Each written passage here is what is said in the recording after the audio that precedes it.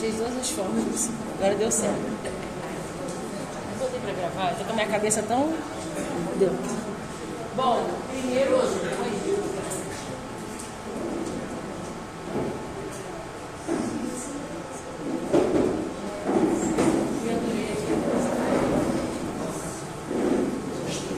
Bom, primeiro, boa noite. Desculpa o meu atraso, gente. A gente às vezes se planeja para chegar mais cedo, mas tem as intercorrências, mas consegui chegar a tempo. O importante é isso. Eu escolhi esse tema, não foi à toa, né? Botei entre aspas porque é um tema de um livro, foi um livro que eu li, e eu vou explicar um pouquinho mais, vou passar aqui, o porquê que eu escolhi esse tema. Dia 7 de outubro de 2020, meu marido faleceu na época da Covid, né? E foi um momento assim muito difícil para mim. Na época, todas as casas espíritas que eu frequentava duas na época, estavam fechadas. E aí um dos melhores amigos dele frequentava aqui. Aí eu falei, me leva lá e tal. E foi assim que eu conheci a fraternidade. Então semana que vem faz 3 anos que eu frequento aqui. E assim, foi um momento muito difícil para mim. Apesar de eu ser espírita, já há muitos anos, foi bem difícil. A gente fala assim, aconteceu um engano, não era para ser assim. A gente tem muita dificuldade de aceitar, como a Ana falou. E aí eu comecei a vir para cá, assistir as palestras do Olegário, enfim, e outras pessoas que vinham aqui falar. E fui aprendendo, entendendo o Evangelho também em casa, que eu comecei a fazer de uma forma diferente. Comecei a copiar a Ana, dissociar o tema. E caíram vários temas recorrentemente. Eu fui entendendo que aquilo era um sinal para eu entender e aceitar aquela partida, né?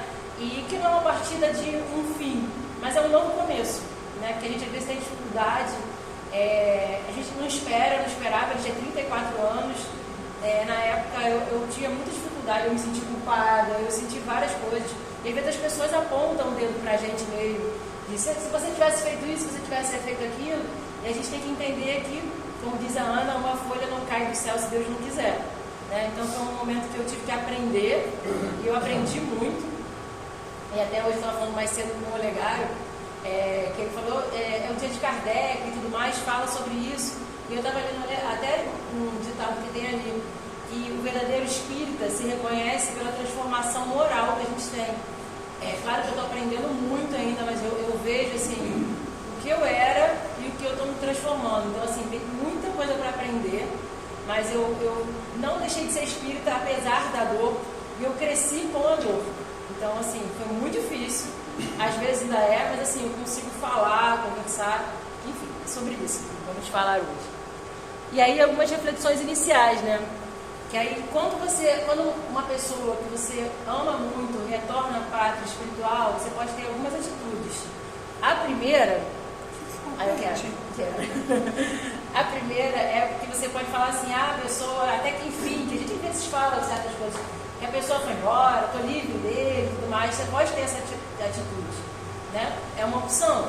Você pode ter outra, que essa é bem dolorosa. Eu tive tantas oportunidades, não aproveitei, não conversei. Eu vi isso na minha família. Quando eu era pequena, eu cresci escutando isso, né? A minha tia e meu tio, eles brigavam muito. Eles eram irmãos. E no Natal, um pouco antes dele desencarnar, ele tentou fazer as pazes com ela correndo para não conseguir falar com ele, não querendo falar.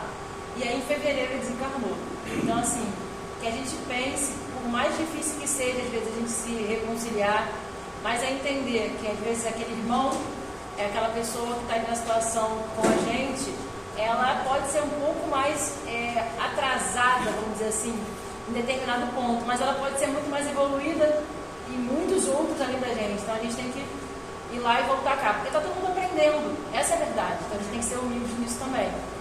O terceiro ponto, obrigada, é um alívio. Alívio pode ser duas questões, né?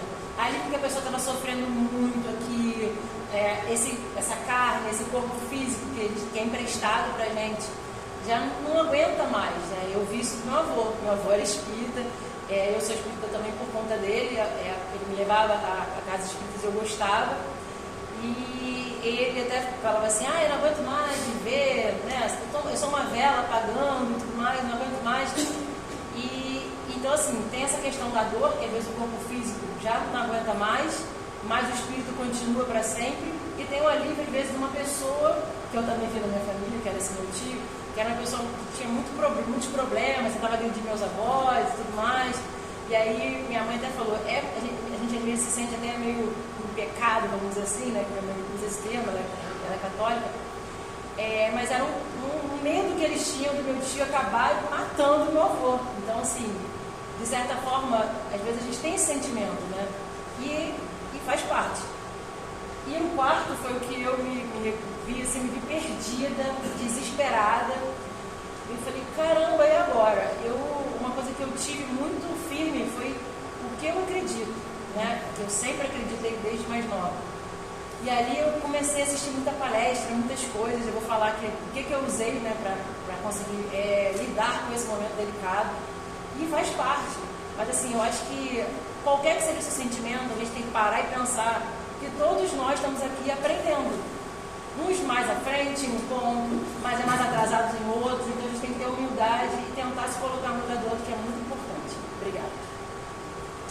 E aí, eu vivenciei isso, de chegar aqui numa casa espírita que eu não conhecia. Eu conhecia só um amigo do meu marido, e eu não conhecia ninguém. Eu fui muito assim, eu me senti muito... Eu lembro que eu chorava nas palestras, desesperadamente.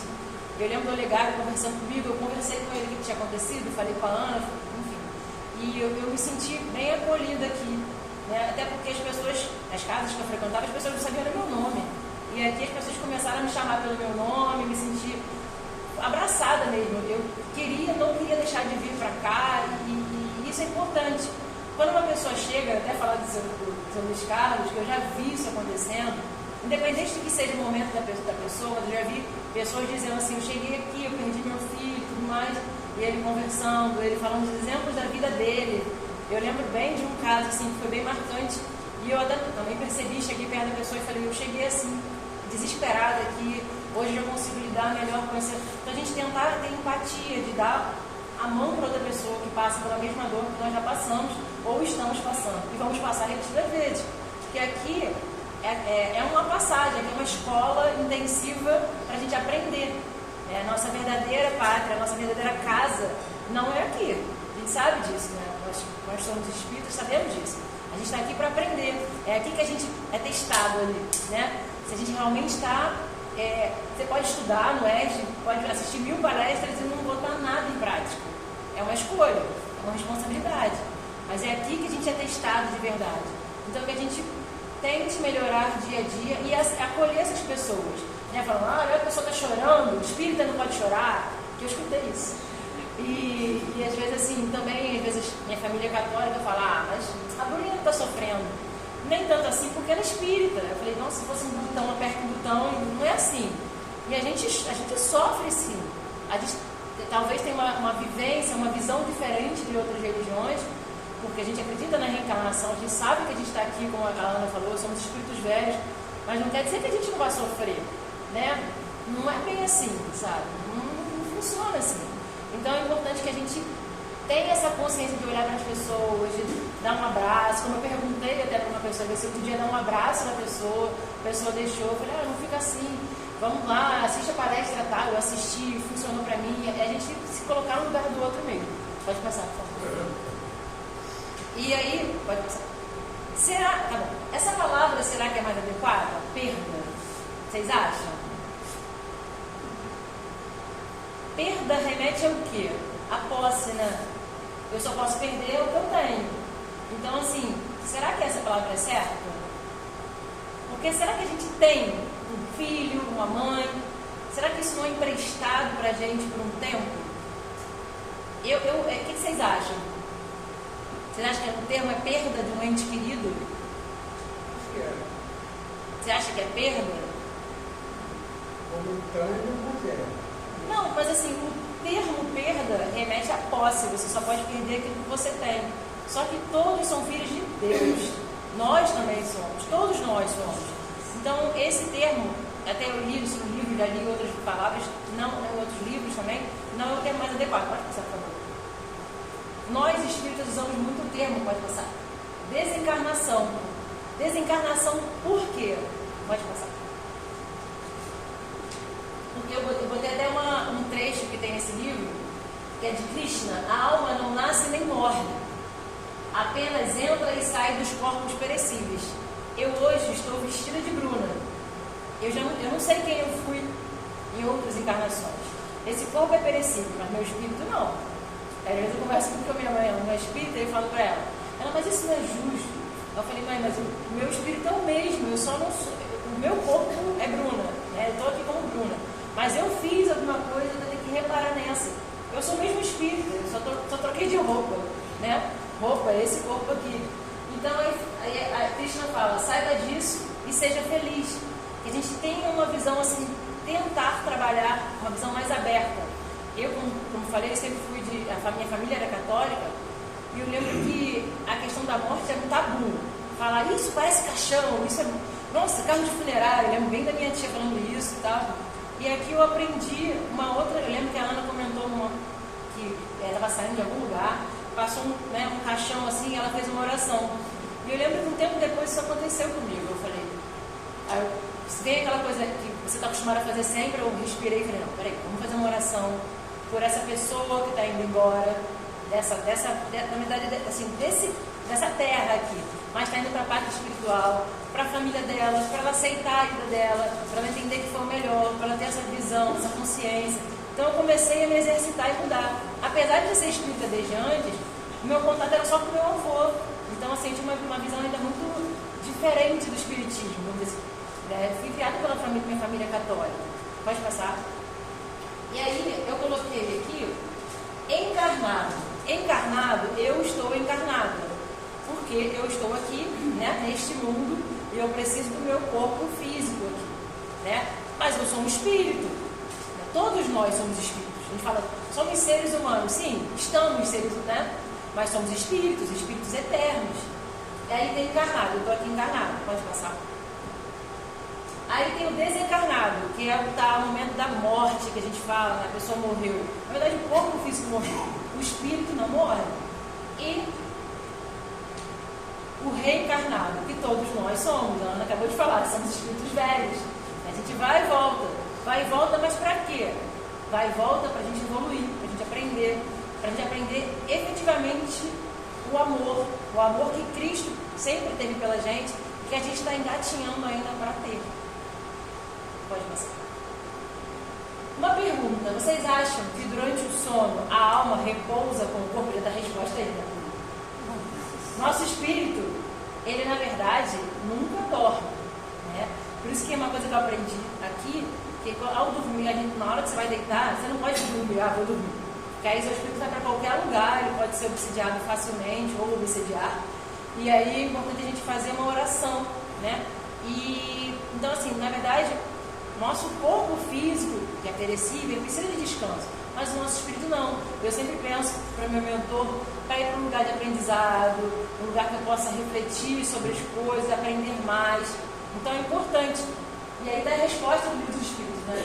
Que é durante o sono que afrouxam-se os laços que prendem o nosso corpo, né? O nosso corpo, o nosso espírito, não precisando então da presença do corpo físico. E ele lança pelo espaço e entra em relação mais direta com outros espíritos. Claro que aqui não temos só nós encarnados, tem outros desencarnados. Sempre existem nas casas espíritas. Familiares nossos, amigos, pessoas que a gente não conhece, enfim, pessoas que precisam de ajuda. Então, assim, é importante a gente ter essa consciência que a gente está sempre em interação, né, com outros espíritos que estão desencarnados. Mas durante o sono isso aumenta. E aí tem uma outra passagem, né, que durante o sono a alma fica livre, a gente está mais livre, a gente não está preso, né, e mais suscetível a entrar em contato com essas pessoas, com esses espíritos desencarnados. E é um momento que a gente recebe aconselhamento.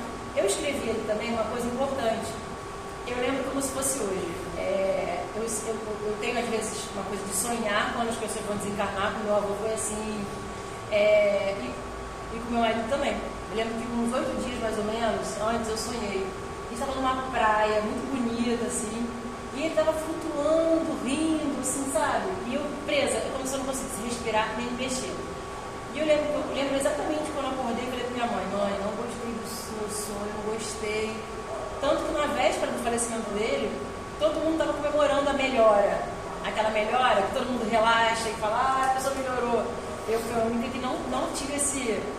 Eu lembro que a tia dele me ligou e aí falou, você não tá aliviado, ele melhorou, todo mundo feliz, comemorando. Eu, não tô, coração apertado. Eu lembro que ela me ligou por volta de 11 horas, eu fui deitar, não conseguia dormir. Uma coisa, eu rezava, não adiantava. Eu lembro que eu fui no quarto da minha mãe, dei até um beijo nela, falei, mãe, não consigo dormir. Ela vai dormir, eu falei, não consigo. Eu consegui cochilar de 4 e pouca, mais ou menos, até umas 5h40. E aí, na certidão de óbito, tá que ele faleceu, né? Desencarnou por volta de 5h20, 5h30. Eu falei, gente, isso são sinais que a gente tem quando a gente está mais, vamos dizer, conectado ou ligado à espiritualidade. Qualquer um, não precisa ser médium, a gente está em conexão com isso, a gente pode sim, ter essa questão desse sentido mais apurado. E uma outra que eu escutei, se eu não me vencer, meu avô tinha um sinal, né, feio, né, e a minha avó, não, minha bisavó, ele sonhou com ela, né, ele tinha 10 anos quando ela faleceu, ela desencarnou, e aí ele falou assim, passa a mão, você está curado, você não tem mais isso. E aí ele acordou, ele não tinha mais, aquele sinal feio, né, que não sei se vai ser que é um câncer, né, alguma coisa assim, saía muito pus. Então, assim, se isso não é uma conexão que a gente tem, não existe uma divisão. Olha, aqui é o mundo dos dois encarnados, aqui é o mundo dos encarnados. Não, a gente está em conexão o tempo todo com os... Claro, durante o sono isso fica mais, vamos dizer, livre, mais liberto, a gente fica mais misturado. Pode passar. E aí tem umas perguntas. Existe uma hora marcada para a morte? Vocês acham que existe? Quando a gente já nasce, já está predestinado ao morrer? Normalmente existe um plano, a gente participa, inclusive, do nosso programa reencarnatório, né? Então a gente sabe que a gente vai passar, a gente pede muitas coisas, a gente não quer dizer que a gente vai conseguir fazer metade. A Ana até fala, nossa mochila é muito pesada, só que a gente vem e fala assim, não, eu quero mergulhar na carne, né? Eu quero ficar, quando a gente vai encarnar, eu quero reparar várias coisas, só que a gente não consegue sempre. Existem sim as encarnações que são programadas, o dia certinho, mas existe também, vamos dizer assim, tem uma flexibilidade. Existem as pessoas que já vêm com aquela data marcada, né, só morre, vamos dizer assim, a morte natural, mas também existem as pessoas, os missionários, que são bonificados. Essa pessoa não precisa mais ficar aqui, mas ela está fazendo tão bem, que é dada uma prorrogação para ela também. Mas existem também as pessoas que têm o nosso lar, eu li o nosso lar, tem um filme também, as pessoas que acabam com suicídio direto ou indireto. Que o André me chegou lá, não sei se vocês viram, ele achou que não, peraí, eu não me matei, eu sou suicida, mas indiretamente sim, porque ele teve vício, né, bebeu muito e tudo mais, e também tem as pessoas que diretamente cometem o suicídio, num ato de desespero, né? Então existe hora marcada, em regra, mas existe a questão também, não é uma coisa assim fechada, né? A outra pergunta, por favor. E aí as pessoas falam assim, faz vários anos que meu esposo desencarnou e eu nunca estive em contato com ele. Será que não? Será que durante o sono não? A gente às vezes tem. Eu lembro que um tempo depois do desencarne do meu marido, eu lembro que eu estava numa praia, mas era uma sensação tão estranha, porque a água não era água como a gente conhece, assim, né? Era uma coisa muito, como se fosse uma brisa, uma coisa diferente. E eu lembro que eu estava conversando com ele dava um abraço nele. Então, isso será que não foi um encontro? Um encontro mesmo. E eu lembro também de uma situação que eu estava indo embora, que a Ana falou, espera aí, Bruna, eu voltei. Eu lembro que eu olhei na época para a cara do Wendel, que é o melhor amigo do meu marido. Aí eu fiquei assim para ele, será que eu fiz alguma besteira? Aí fiquei sentadinha aqui. Aí depois a Ana comentou que ele esteve aqui, né, passando uma mensagem para eu seguir, para eu aceitar que ele estava bem. Então a gente tem contato, a gente às vezes não está atento aos sinais, ou não lembra durante o sono, mas a gente tem esse contato. E é muito, muito bonito isso. E esse contato é importante, gente. O telefone não toca daqui para lá. Eu quero saber a informação, eu também fiz muito isso quando vim aqui para cá. Queria saber a informação dele, e a Ana falava, calma, não é assim. O telefone toca de lá para cá. Se não puder, não tiver autorização, a gente não vai saber se a pessoa, como é que a pessoa está, como é que a pessoa não está. Demora um tempo, a pessoa tem enfermaria, tem tempo de recuperação, às vezes dependendo de como é que foi o desencarne, ou como é que estava aquele corpo físico. Tem várias questões, não é uma coisa assim, fechada. Pode passar, por favor. E aí vem assim, a questão delicada, às vezes, os pais que perdem os filhos, e falam assim, a minha filha desencarnou, né, enfim, muito doente, né, desencarnou nova, enfim. E aí eu estou sofrendo muito com isso. Claro que a gente, como eu falei, a gente vai sentir, não é nenhum demérito sofrer. E assim, é importante que a gente chore, mas a gente volte no mesmo momento, faça uma oração, mandando bons fluidos, né? Pensar na pessoa envolvida numa luz lilás, ela seguindo o caminho dela, né? Um portal de muita luz, um caminho bonito, uma natureza, para ela seguir o caminho de lá, do outro lado, e a gente seguir o nosso caminho aqui. Mas não quer dizer que a gente não tenha laço, ainda mais pai, filhos, mãe, tem um laço importante, tem um compromisso forte aí. Mas é importante que a gente lembre muito de como eles estavam felizes aqui, não no sofrimento. E quando eu fui assistir muitas palestras, eu tinha essa preocupação. Eu pensava, eu não posso pensar naqueles 15 dias temorosos que eu tive na minha casa, ele, meus cachorros, eu desesperada, né? E aí eu comecei, assim, de certa forma, a pedir muita oração, e eu não tenho essa lembrança toda hora, de ficar lembrando, quase não lembro dele sofrendo. Eu lembro dele feliz, rindo, me fazendo ter coragem de coisas inimagináveis. Eu falava, nunca vou andar de avião, eu andei de avião com ele. Ele me fez andar de tirolesa, eu sempre fui a prima mais medrosa, dos mais velhos para os mais novos, eu sempre fui a mais medrosa. E ele me encorajava, então assim que eu lembro dele, sabe? Lembrou de momentos engraçados, divertidos, ele brincando, quando me conheceu, era meu amigo da natação, falando, eu tinha crise labirintite, eu não podia comer nada com cafeína, eu ficava tão neurótica, eu falei assim, amendoim tem cafeína? Ele, Bruna, você é demais, assim, como assim amendoim? Então eu lembro desses momentos engraçados, e a gente manda energias boas para esses entes químicos da gente, isso é importante. Não quer dizer que você no primeiro momento você não vai sofrer, não vai chorar. Claro, faz parte do luto da gente. Nós somos muito materialistas ainda, mas na medida do possível a gente vai fazendo oração, vai pedindo força, e a gente vai conseguindo deixar eles, literalmente deixá-los caminhar do lado de lá, não nesse apego de tipo assim, não, eu vou segurar aqui. Tem gente que faz isso às vezes, né? Meu marido vai ficar aqui, não vou soltar ele. Eu lembro de uma passagem da Ana ter falado isso. Isso é horrível, não só para a pessoa que desencarnou, mas para nós também. Faz parte do nosso caminho, esteve junto aqui, se separou por um tempo, depois vai estar junto de novo. É um até breve. Pode passar. E aí vem a questão que eu tenho muita vontade, não sei se os espíritos vão deixar um dia, eu tenho vontade de fazer uma palestra sobre suicídio. Tenho muita vontade. E aí, Deus perdoa ou castiga a pessoa que tira a sua vida? Aí eu separei um trechinho aqui, o que vocês acham? Que Deus perdoa ou castiga a pessoa que cometeu o suicídio? Qual a opinião de vocês? Você acha que perdoa? Sim. Não, eu não escutei aqui. E acho que assim, na verdade, a gente não pensar em Deus como se fosse bem. Não pensar em Deus como aquela foice, assim, de justiça, de juízo final. Na verdade, será que não é a consciência da pessoa que pesa, assim, tipo, a vida não acaba, né? Eu continuo vivo, fora da matéria. Será que não é a consciência da pessoa que pesa? E aí tem uma resposta aqui. A sensação de castigo está em nossa mente, ou seja, não é Deus. Deus não perdoa, né? Deus não perdoa ninguém. É uma frase muito forte, porém Deus também não promove ninguém. A atitude de tirar a própria vida não constitui ofensa a Deus, mas vai pesar na consciência, na própria consciência da pessoa que fez isso, contraindo uma dívida pelo mau uso do livre-arbítrio. Que momentos difíceis todos nós temos, mas a gente está ali, como eu falei, a verdadeira prova é naquele momento difícil. Como é que você vai agir? Eu lembro até que esse meu amigo uma vez falou assim pra mim, às vezes as pessoas sendo grossas comigo, pisando, aí, não, no momento de dor as pessoas fazem isso, e eu discordo dele. Eu acho que é no momento de dor que a gente realmente é testável, de como é que nós temos, o que nós temos aqui no coração. Eu posso fingir uma pessoa, estando bem, eu posso fingir ser uma pessoa, mas no momento de dor eu estou ali despida de tudo, ali eu mostro quem realmente eu sou, né?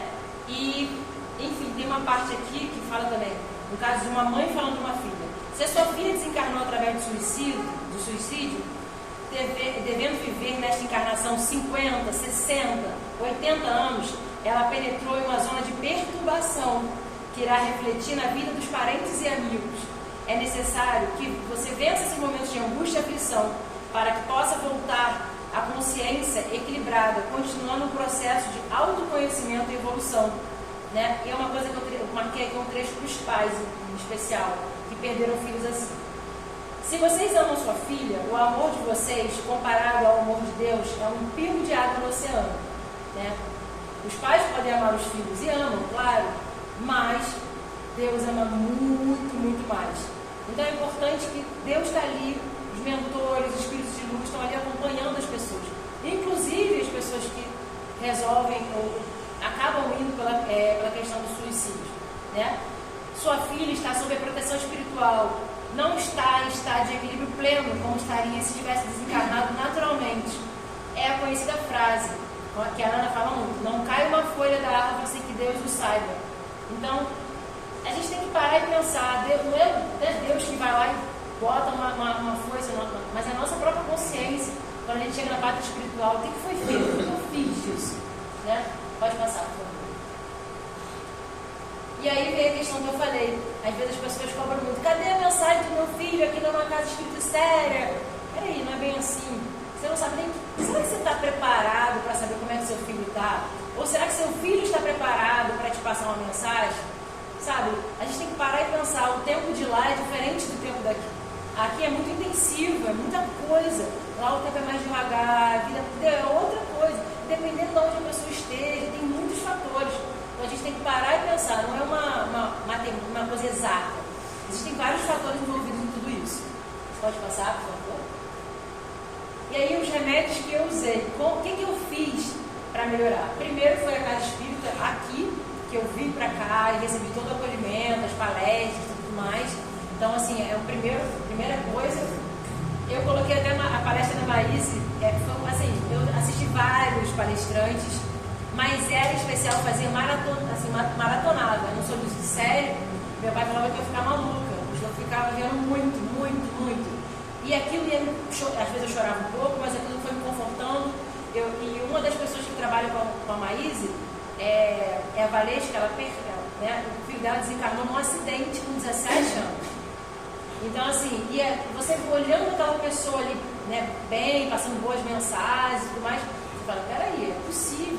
Eu tenho uma prima que, meu tio, ele desencarnou com 33, né, mãe? 36, por aí, 38.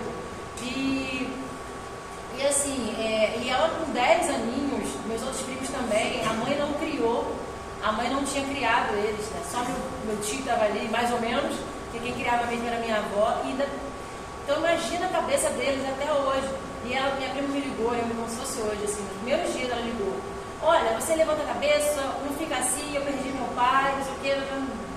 E eu assim, estava péssima. E aquilo, eu fui refletindo. Minhas amigas também, 2 amigas minhas da dança, uma, engraçado, né? Não tem coincidência. Nós somos muito amigas e o pai de uma desencarnou em 2013 e a mãe da outra em 2013 também. E elas me chamaram, eu lembro como se fosse hoje, sei lá, 4º, 5º dia, né? Desencarnaram tudo, nós fomos conversar. E eu lembro que eu conversava muito com elas e aquilo me ajudou muito, porque é aquela questão do exemplo, da experiência que a gente olha, a gente se coloca no lugar do outro. Não só para acolher, mas também para ser acolhido. Isso me ajudou muito, então é importante. E a palestra da Marisa eu coloquei ali, porque, como eu falei, né, e há pouco tempo eu estive com ela. Ela veio no Rio, e lá no Francisco de Paula, eu fui lá cedinho pegar o ingresso, e eu tive a oportunidade de dar um jeito de tirar uma foto com ela, e eu falei no ouvido dela: você me ajudou muito. E ela me olhou assim, nossa, toda calminha, né, aquela energia dela, toda... E de verdade, então assim, eu tinha muita vontade de estar com ela e dizer para ela o quanto que foi útil, né? Aquelas palestras, eu aprendi muito e aprendo ainda, que eu ainda assisto. E então, a palestra é muito importante. Vai começar. Uma outra coisa também que é importante são os grupos de estudo. Aqui a Ana falou que tem o ESG. Eu também faço parte até hoje de um grupo de estudo virtual. A gente tem o Primeiro Nosso Lar, os mensageiros, missionários e mensageiros. E aí, então, assim, a gente está aprendendo, é fácil. Tinha gente da Colômbia, era um grupo de 10. Agora nós éramos 3, agora entrou mais um amigo, então somos 4. E é muito legal, essa amiga que veio da Colômbia, ela é brasileira, mas foi para lá, ela veio, na pandemia ainda veio aqui, veio me conhecer pessoalmente, nós abraçamos. Ela mora em São Paulo. Quando eu vou para São Paulo dançar ou trabalhar, eu faço questão de encontrar com ela. Então esses laços é importante a gente conversar. Não só o que a gente vai aprender espiritualmente, mas a fraternidade que a gente cria nesses grupos de estudos. E aqui tem o Wesley. Pode passar? E a gente relembrar das boas lembranças, como eu falei, da portada ali, mas as boas lembranças que a gente tem desses entes queridos. Isso também ajuda. Não ficar lembrando de momentos de dor, de sofrimento, mas lembrar dos momentos bons com eles. Isso é muito bom. Não só para eles, mas para a gente também. Pode passar. E aí, trouxe algumas frases para a gente refletir sobre o assunto. Né? Eu sou o responsável pelo meu futuro. Eu hoje estou plantando o que eu vou colher ali na frente. E uma outra coisa importante é livre, né? Em outras palavras, é livre a semeadura, é livre a semeadura, mas é obrigatória a colheita. Ou seja, eu posso fazer o que eu quiser, existe o livre-arbítrio, mas eu não reclamo ali na frente do que eu vou colher. E quem semeia vento, colhe tempestade. Também são coisas importantes para a gente pensar. A vida é um eco. Se eu não estou satisfeito com o que estou ouvindo, eu devo mudar. Eu devo mudar o que eu estou falando. Porque tem aquela questão da lei da atração, né? Com quem que eu estou me conectando ali? O que eu estou falando? Será que as pessoas que estão perto de mim não são iguais a mim? E será que as pessoas que me incomodam não são iguais a mim? Porque a gente se incomoda às vezes com o outro, mas o outro é exatamente aquilo que incomoda no outro que tem na gente. Então a gente tem que fazer a tal da reforma íntima. E eu só posso mudar o amanhã, realizando mudanças aqui e agora. Né? Não é dizer, eu sou espírita. Eu vejo várias pessoas, eu mesmo falava que eu sou espírita, mas eu era uma espírita em aprendizado. Meu avô brincava até que eu era uma mentira espírita, né? Porque às vezes eu dava uns conselhos para ele, ele vinha me achar muito arrogante. Ele já com 80 e poucos anos, ele um dia lá em casa falou assim, eu não aguento mais, eu vou me matar. Eu olhei para ele e falei, vô, o senhor vai pro vale. E ele ficou revoltado comigo, assim, porque quem é essa fedelha falando uma coisa para mim, né? Mas essa questão da gente trocar, da gente tentar às vezes até dar uma esperança pro outro, que a vida não é só aqui e agora, nós somos espíritos eternos. Pode passar. E aí eu trouxe alguns livros para sugerir, tem esse aqui, né, que eu usei, Perda de Pessoas Amadas, que é muito legal, eu gostei muito. E tem alguns livros, o Evangelho segundo o Espiritismo é o livro base, né, do Espiritismo, então é uma coisa que ele tem temas para tudo, é um guia, um orientador. Tem também o Livro dos Espíritos, que é importante, tem as perguntas e respostas dos espíritos, amigos, que nos orientam, nos conduzem. Tem também o Nosso Lar, que é um livro, tem o livro e tem o filme, eu botei a capa do filme, e vai ter o Nosso Lar 2 ano que vem também, não vou perder por nada. Tem A Vida Continua, esse livro dei para minha mãe, que ela ainda não leu. É bem legal, né? Na sequência, daqui a pouco eu vou acabar lendo, acho que é o 6 da sequência do Nosso Lar. E é muito bom também, eu ainda não li, mas dizem que sim. Tem as Crônicas de Além Túmulo. Pode passar. Tem Memórias do Suicida. Eu sou louca para esse livro, gente. Eu tenho muita vontade de fazer uma palestra sobre. Tem A Perda de Pessoas Amadas, que é esse aqui. E tem o Voltei, que o Olegário me deu, mas eu ainda não li. Eu vou ler. Existe 3. Por isso que eu botei sem querer, eu coloquei ele na sequência eles, né? Eu não li ainda porque eu ainda não estava preparada. No momento que eu estiver preparada, eu vou poder ler. E de novo, algumas frases assim que eu aprendi e ainda aprendo, né? Não cai uma folha da árvore se Deus não deixar. Espírita também chora, é uma coisa que eu acho que a gente tem que parar com isso, não chora, não sofre, não é bem assim, gente. Mas busquemos ter fé, busquemos entender que a vida não é só aqui. Deus é muito bondoso. Tudo faz parte da nossa evolução, tudo, até os momentos de dor, principalmente. E nossos entes queridos continuam muito vivos, muito vivos. Só nós estamos, às vezes, não estamos vendo, se a gente não tem a clara evidência. Mas eles estão vivos. E um dia nós estaremos juntos novamente. E tem mais uma coisinha que eu coloquei, por favor, você pode passar. Que uma sugestão de livros para os pais, né, que a ordem não é na ordem natural. Um pai se despedir, mesmo temporariamente, do seu filho. Então, eu coloquei alguns também. Nossos filhos são espíritos. É muito importante isso, né? Todos somos espíritos. Mas a gente às vezes não se toca para pequenas coisas. Eles também são espíritos. né? E existe, às vezes, eu vi, estava assistindo uma palestra da Maísa, até para me preparar para essa, ela falando das crianças que às vezes, né, desencarnam com 3, 4 anos e tudo mais, são espíritos que às vezes tiraram suas vidas e falam, não, eu quero vir cumprir. E os pais relatam que são espíritos muito intensos, que querem viver como se fosse assim, já jovens, mas são crianças ainda, mas querem viver porque querem aproveitar tudo que não aproveitaram numa outra, né, uma outra vida, uma outra encarnação. Pode passar? E na maior das perdas, né? Na maior das perdas, que a Divina Consolação. Também é um livro muito, eu não li ainda, mas é um livro que é muito indicado para pais que passam por essa situação. Pode passar? Bom, gente, é isso. Eu tentei fazer assim, eu falo muito, minha mãe falou, Bruna, fala pouco. Tentei. Espero que eu tenha falado, nem sei quanto tempo eu falei. Mas, assim, eu queria falar que eu estou muito feliz de poder vir aqui, né, 3 anos depois, e falar sobre o assunto sem chorar, e conseguindo compreender, né, falando, estou segurando meu choro. Não, é compreendendo que a vida de verdade continua do lado de lá, e a gente vai aprendendo mesmo, faz parte. E eu falei, não, tem que ter essa conversa, esse estudo, na semana que faz 3 anos da ida dele. Mas a ida dele para a morte não, para a vida. Está muito mais vivo que eu, inclusive, então, do lado de lá. E é isso, eu acho que as coisas, Deus faz tudo para o nosso melhor, que a gente tenha fé em Deus. Quem esteja passando por um momento desse, eu dei sugestões ali para leve, tem muita coisa, a gente tem muitas ferramentas. Só basta a gente querer também. É isso, gente. Obrigada.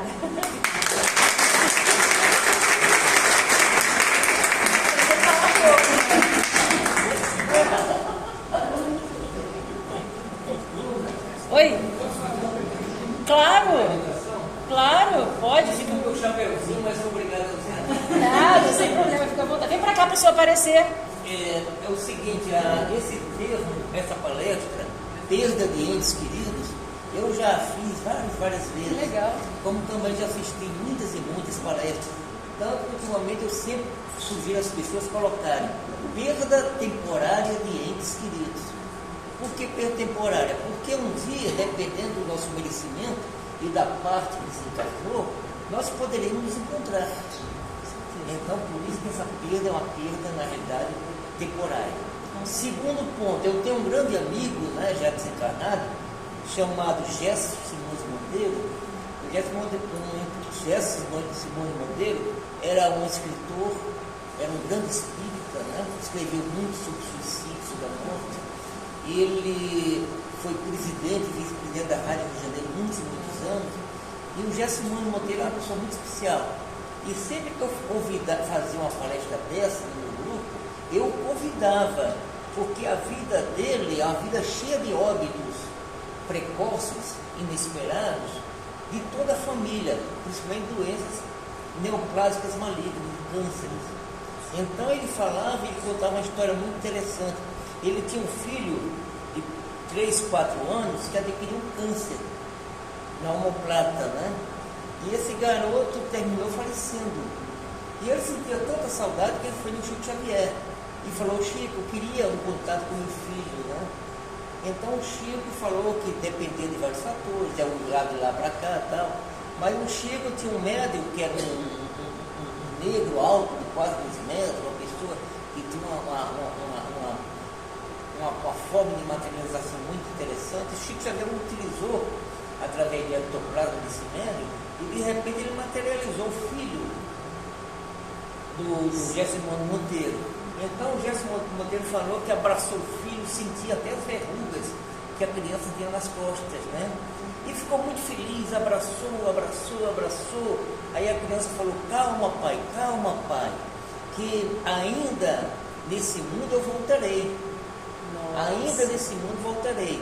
Aí o Chico Xavier, dentro daquela disciplina dele, falou: ô Gesso, vamos ter que parar, porque esse médico já fez o papel dele, já cumpriu a missão dele, e ele desprendeu muita energia, nós não podemos forçar muito. Aí então ele saiu de lá todo satisfeito, voltou para o Rio de Janeiro, né? E tempos depois, a neta dele nasceu. Aí quando a neta dele nasceu, começou a falar, falou para ele: olha, sabia que você é meu pai e meu avô ao mesmo tempo? Meu Deus. Então, a prova de que a reencarnação existe, né? Que a reencarnação é a prova da existência de Deus. E essa criança, que era seu neto, tempo depois morreu de um câncer cerebral. Então, por isso que a vida dele foi pautada por várias doenças.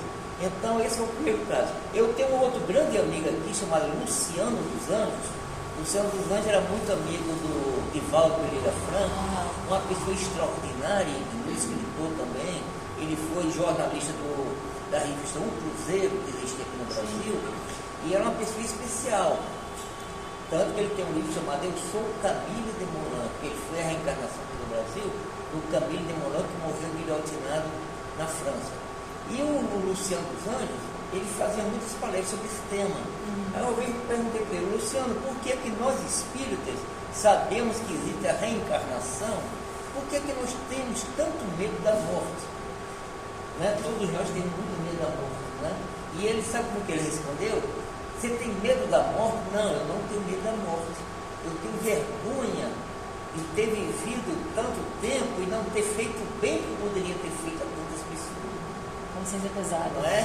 Então ele fala que todos nós não sabemos aproveitar a nossa vida no sentido de pregar os ensinamentos cristãos na sua plenitude.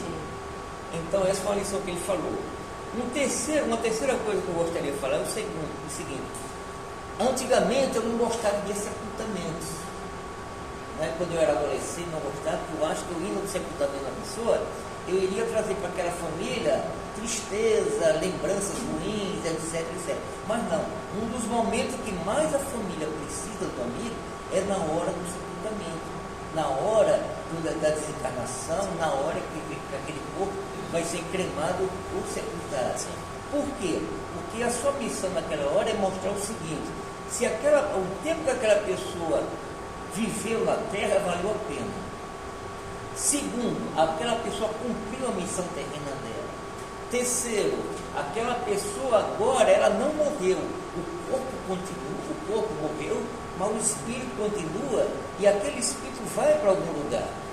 E naquele momento a gente tem que mostrar o seguinte: olha, valeu a pena a convivência, valeu a pena ele ter vivido, ele cumpriu a missão dele como cristão aqui nessa vida terrena. E terceiro, como você falou, nós temos que nos lembrar daquela pessoa, os momentos bons e não os momentos ruins.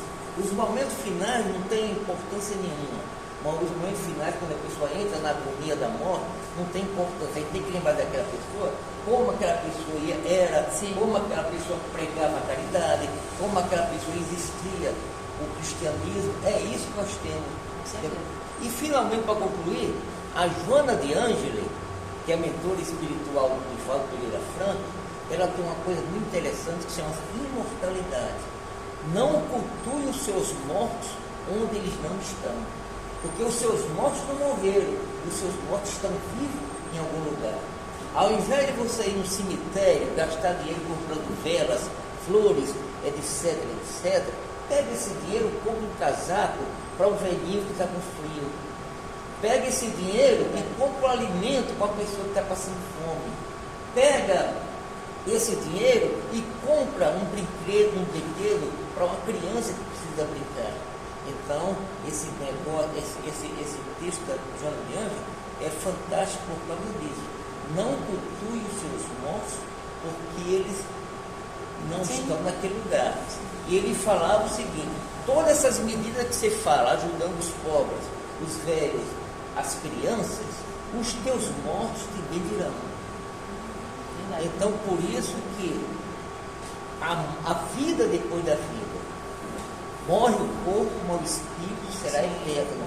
Então, isso é que nós temos que fazer, porque cada vez que nós vamos no sepultamento, se nós conseguimos passar isso para aquela família que está sofrendo, aquela família vai transformar aquele sofrimento numa coisa que nós chamamos que é resignação, né? Porque na realidade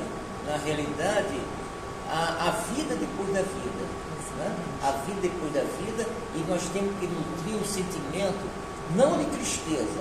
Se falece alguém da nossa família ou algum amigo, tristeza jamais, Porque se você fica triste aqui, aquele espírito que nós estamos, Sente. ele vai sentir no outro lado. Tristeza jamais, saudades sim.